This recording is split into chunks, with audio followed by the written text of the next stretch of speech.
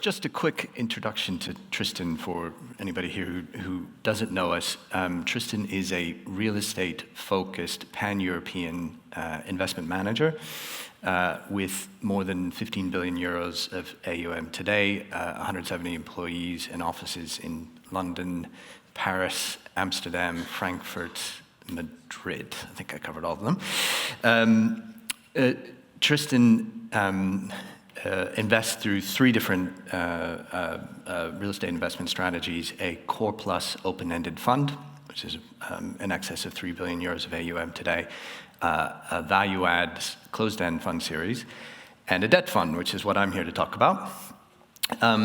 We have been investing in a very consistent way for more than 25 years in the European space. So through those three different strategies, the focus has always been on identifying real estate assets that have one or more impairments, so something's wrong with it that needs to be fixed to turn it into a core asset.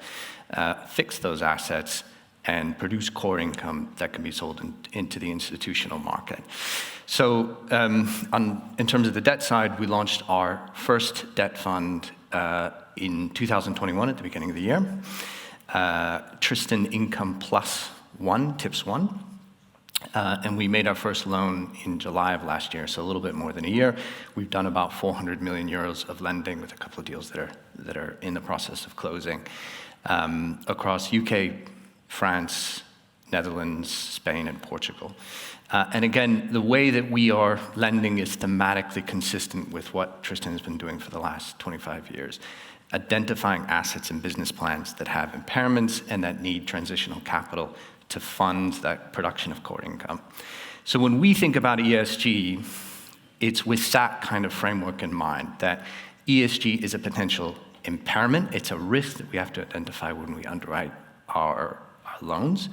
And at the same time, it's an opportunity, because if you get it right, if you fix that impairment, you create a core asset, you differentiate your asset, and you create value protection, which is what, as lenders, we're really focused on. So first, just a little bit about why does debt capital matter? This is a little bit obvious probably to all of us in the room. Henry talked about the market being 2 trillion euros. Our research team came up with 1.5, but whatever it is, it's a big number in terms of debt capital that's allocated to real estate in Europe. We're close to half the capital that's invested in real estate in Europe. So us getting our ESG strategies right is a really important factor in the transition to net zero by 2050. And there's a question of allocation strategy. So I think some of the first